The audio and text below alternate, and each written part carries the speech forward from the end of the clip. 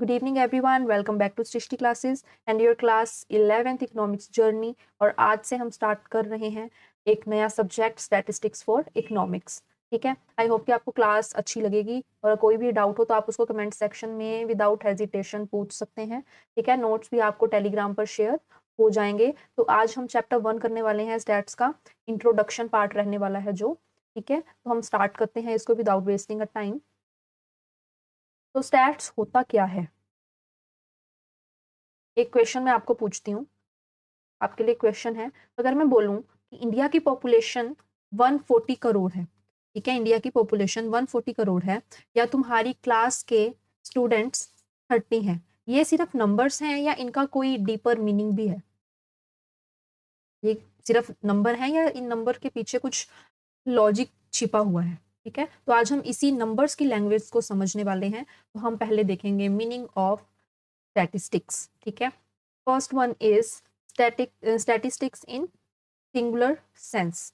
ठीक है, स्टैटिस्टिक्स इन singular sense, यहाँ पर मैंने दोनों तरफ ही प्लूरल लिख दिया है, प्लूरल लिख दिया मैंने गलती से, सॉरी। ये वाला आपका सिंगुलर होगा, इसको प्लीज सही कर लेना, मैं आपको पीडीएफ में इसको एडिट करके दूंगी, करेक्ट करके दूंगी। ठीक है, यहाँ सिंगुलर आना था। ठीक है, तो अब हम स्टार्ट करते हैं। Meaning of statistics in plural sense, तो it is a collection of numerical facts. तो स्टैटिस्टिक इन प्लूरल सेंस क्या होता है? कलेक्शन ऑफ फैक्ट्स,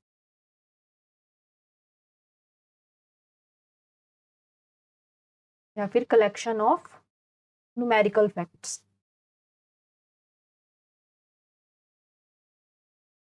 नंबर्स का कलेक्शन।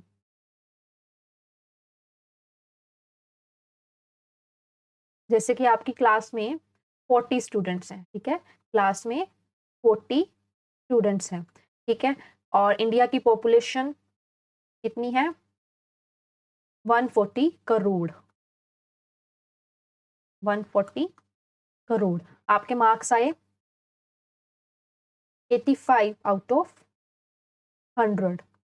ठीक है, 85 आउट ऑफ 100। तो ये सब क्या है? ये सब न्यूमेरिकल फैक्ट्स हैं कि 40 स्टूडेंट्स हैं, 140 करोड़ पॉपुलेशन है, 85 आपके मार्क्स आए, जिनको हम नंबर की फॉर्म में काउंट कर रहे हैं। तो ये सब क्या माना जाएगा? सब न्यूमेरिकल फैक्ट्स हैं, और इसी को हम कहते हैं स्टैटिस्टिक्स इन प्लूरल सेंस, जहां पे हम नंबर्स का कलेक्शन कर रहे हैं, जहां पे हम क्या कर रहे हैं? नंबर्स का कलेक्शन कर रहे हैं। ठीक है, तो ये था स्टैटिस्टिक इन प्लूरल सेंस। अब हम देखेंगे स्टैटिस्टिक्स इन सिंगुलर सेंस। ठीक है, कि सिंगुलर सेंस में स्टैटिस्टिक्स क्या होता है? तो it deals with the collection, presentation, analysis and interpretation of quantitative information. कि हमारे पास क्वांटिटेटिव इंफॉर्मेशन तो है। अब यहाँ पे जिस तरह से टीचर ने सब बच्चों के मार्क्स बता दिए है ना कि 85 आए और 140 करोड़ पॉपुलेशन है, यहाँ पे सिर्फ हमें एक न्यूमेरिकल डाटा हमें मिल गया। अब उस न्यूमेरिकल डाटा को कलेक्ट करना, फिर उसको प्रेजेंट करना, देन उसको एनालाइज करना, फिर उसको इंटरप्रेट करना, that is statistic in singular sense. इसको हम एग्जांपल की हेल्प से समझेंगे। तो इन सिंगुलर सेंस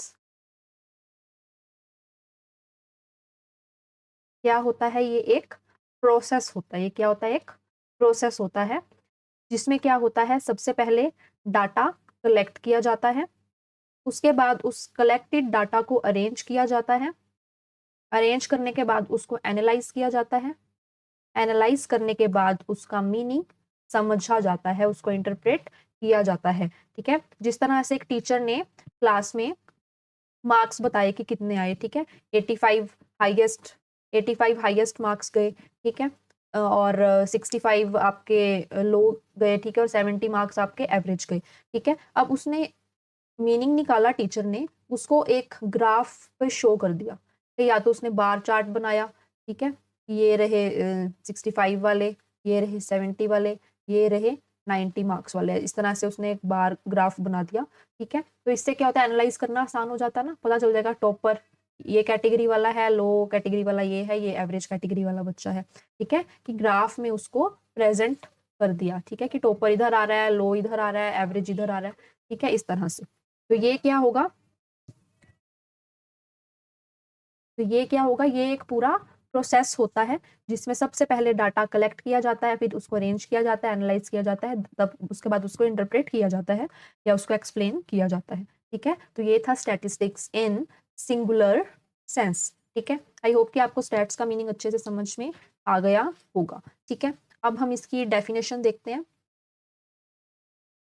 डेफिनेशन में बोला है it means aggregate of facts, it means aggregate of facts affected to a marked extent of multiplicity of causes, numerically expressed, enumerated or estimated according to reasonable standard of accuracy, collected in a systematic manner for predetermined purpose and placed in relation to each other। जो बहुत सारे facts और data का collection है, बहुत सारे facts और data का कलेक्शन है। एग्रीगेट ऑफ फैक्ट्स का मतलब क्या है? बहुत सारे डाटा और इंफॉर्मेशन को यहाँ पर कलेक्ट किया, फिर उसको क्या किया, उसको नंबर की फॉर्म में एक्सप्रेस किया, फिर क्या किया, उसको न्यूमेरिकली एक्सप्रेस किया। ठीक है, फिर उसको प्रॉपर तरीके से कलेक्ट किया जाता है। ठीक है, collected in a systematic manner, collect किया उसको एक सिस्टमैटिक मैनर में, एक प्रॉपर तरीके से। ठीक है, एक स्पेसिफाइड पर्पज के लिए, उसको कलेक्ट करने के पीछे एक पर्पज है, एक उद्देश्य है उसको कलेक्ट करने का। ठीक है, और वो एक दूसरे से रिलेटेड है, and placed in relation to each other, और वो इंफॉर्मेशन क्या है, एक दूसरे से रिलेटेड है। ठीक है, तो डेफिनेशन आपको समझ आया होगा कि स्टैट्स क्या है? एग्रीगेट ऑफ फैक्ट्स, यानी कि बहुत सारे फैक्ट्स या डाटा का कलेक्शन है जिसको हम न्यूमेरिकली एक्सप्रेस करते हैं नंबर्स की फॉर्म में, उसको प्रॉपर तरीके से हम कलेक्ट करते हैं। ठीक है, उसके पीछे एक स्पेसिफिक पर्पज होता है और इनका रिलेशन एक दूसरे से होता है। ठीक है, अगर हम इसको एग्जाम्पल की हेल्प से इसको समझेंगे, अगर आपने रैंडमली कोई नंबर लिख दो, ठीक है, आपने कोई रैंडमली ऐसे ही नंबर लिख दिया 2, 5, 8, क्या ये स्टैट्स है? क्या ये स्टैट्स है? नहीं, ये स्टैट्स नहीं है। ठीक है, लेकिन अगर आप क्लास के सब स्टूडेंट्स के मार्क्स सिस्टमैटिकली लिखो, ठीक है, तो ये स्टैट्स नहीं है। स्टैट्स इसको कब मानेंगे? अगर आप क्लास के सब स्टूडेंट्स के मार्क्स सिस्टमैटिकली लिखो, है ना, कि हाईएस्ट इतने गए, देन 85, और उसके बाद 70 लो गए।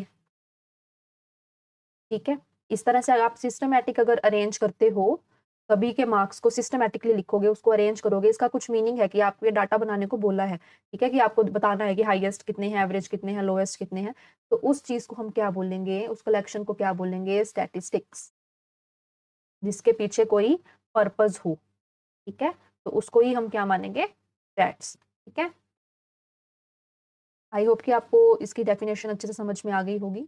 नेक्स्ट हम देखेंगे कुछ इंपॉर्टेंट कंसेप्ट्स कि कंज्यूमर क्या है, कंज्यूमर क्या होता है। ठीक है, ये आपका बेस बनाने के लिए है इंपॉर्टेंट कंसेप्ट्स जो आपको पढ़ने जरूरी हैं। तो कंज्यूमर क्या होता है? कंज्यूमर एक पर्सन होता है। कंज्यूमर कौन होता है? एक पर्सन होता है जो गुड्स एंड सर्विसेज को बाय करता है अपनी सेटिस्फेक्शन के लिए, अपनी इच्छाओं को पूरा करने के लिए। ठीक है, कंज्यूमर क्या होता है? जो गुड्स एंड सर्विसेज यूज करता है अपनी नीड्स को सेटिस्फाई करने के लिए। जैसे आपने चॉकलेट बाय कर ली, ठीक है, आपने चॉकलेट बाय करी क्योंकि आपका मन कर रहा था, आपकी इच्छा थी कि आज मैं चॉकलेट खाऊं, भाई आज तो मेरी चॉकलेट खा के ही आत्मा तृप्त होगी, आज तो मुझे खानी ही खानी है। दैट इज चॉकलेट, जो आपने परचेज की है। ठीक है, खरीदी है आपने। ठीक है, जैसे आपने घर पे टीवी परचेज किया। ठीक है, अब आपने टीवी परचेज क्यों किया? क्योंकि आपको टीवी यूज करना है, आपको उसमें मूवीज देखनी है, सॉन्ग सुनने हैं, कुछ भी गेम खेलनी है। ठीक है, तो आपने क्या किया? आपने टीवी परचेज किया। आप अपनी सेटिस्फेक्शन के लिए जो चीज बाय कर रहे हो, जिस सर्विसेज, गुड्स एंड सर्विसेज को बाय कर रहे हो अपनी सेटिस्फेक्शन के लिए, अपनी इच्छाओं को पूरा करने के लिए। ठीक है, that is consumer. Next is producer. Producer क्या होता है? प्रोड्यूसर वो पर्सन होता है जो गुड्स को प्रोड्यूस करता है, जो गुड्स को प्रोड्यूस करता है, जो गुड्स बनाता है। जैसे कि फैक्ट्री है, फैक्ट्री क्या कर रही है? ये फैक्ट्री में शूज बन रहे हैं। ठीक है, बना रहे हैं, तो प्रोडक्शन कर रहे हैं वो शूज का। जैसे फार्मर है, फार्मर व्हीट को प्रोड्यूस कर रहा है। फार्मर व्हीट को क्या कर रहा है? प्रोड्यूस कर रहा है। ठीक है, उगा रहा है। ठीक है, तो ये प्रोडक्शन कर रहे हैं। तो प्रोड्यूसर कौन होता है? जो गुड्स को बना रहा है। ठीक है, नेक्स्ट हम देखेंगे सर्विस होल्डर। सर्विस होल्डर कौन है? सर्विस होल्डर वो पर्सन है जो काम कर रहा है या जॉब कर रहा है और उसके बदले में उसको पेमेंट भी मिल रही है। जो जॉब करता है और सैलरी लेता है वो कौन है? Service holder. जैसे कि टीचर हो गया। ठीक है, टीचर को भी बदले में सैलरी मिलती है, बैंक एम्प्लॉय को भी सैलरी मिलती है, यानी कि जो काम कर रहे हैं या जॉब कर रहे हैं उसके बदले में उनको पैसे मिल रहे हैं, वो कौन है? Service holder. ठीक है, जो सर्विस दे रहे हैं और बदले में पैसे ले रहे हैं, ठीक है। Next is service provider. Service provider कौन होता है? सर्विस प्रोवाइडर वो पर्सन है जो सर्विसेज देते हैं दूसरों को फॉर अ पेमेंट, जैसे कि डॉक्टर, लॉयर, ठीक है। अब ये क्या कर रहे हैं? सर्विसेज दे रहे हैं ना, सेवाएं दे रहे हैं। डॉक्टर इलाज कर रहा है मरीजों का, ठीक है। लॉयर सबके केस देख रहा है जिसको कुछ प्रॉब्लम है, ठीक है। तो ये सर्विसेज दे रहे हैं और बदले में पेमेंट ले रहे हैं, ठीक है। तो वो कौन होते हैं? सर्विस प्रोवाइडर, ठीक है। नेक्स्ट हम देखेंगे इकोनॉमिक एक्टिविटी। इकोनॉमिक एक्टिविटी क्या होती है? इकोनॉमिक एक्टिविटी वो एक्टिविटी है जो इनकम अर्न करने के लिए की जाती है। Activities undertaken for monetary gain और टू अर्न इनकम, जो मनी के टर्म्स में आपको कुछ गेन हो और आपको कुछ इनकम अर्न हो रही है, जैसे कि जॉब करना, बिजनेस चलाना, टीचिंग करना, ठीक है। ये सब क्या है? इकोनॉमिक एक्टिविटी है, बदले में आपको इनकम गेन हो रही है, ठीक है।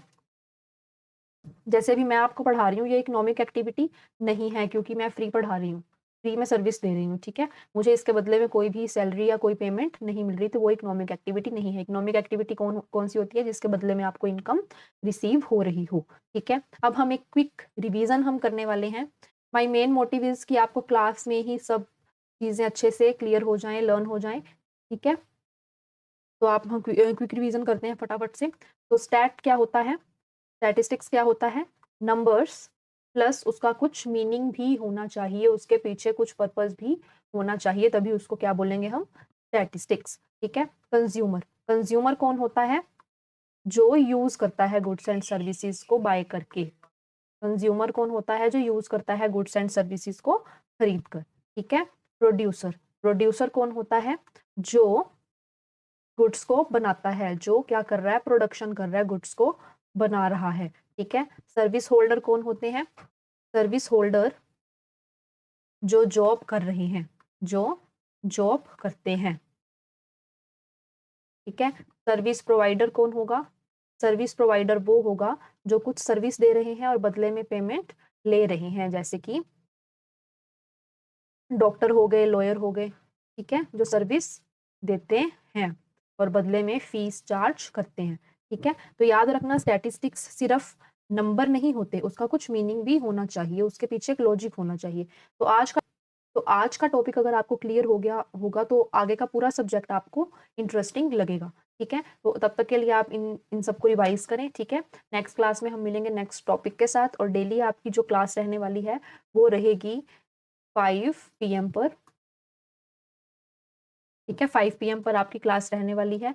ये वीडियो मेरा चैनल आप सब अपने फ्रेंड सर्कल में या अपने भाई बहन, ठीक है, जो भी जिन्होंने कॉमर्स में एडमिशन लिया है, तो आप उनके साथ मेरे चैनल को शेयर जरूर करें, ठीक है। वीडियो अच्छा लगा हो तो वीडियो को लाइक करें, शेयर करें, सब्सक्राइब करें, और अगर आपका कोई डाउट हो तो उसको कमेंट सेक्शन में ज़रूर से पूछें, ठीक है। और नोट्स आपको चैप्टर खत्म होने के बाद टेलीग्राम पर मिल जाएंगे, ठीक है।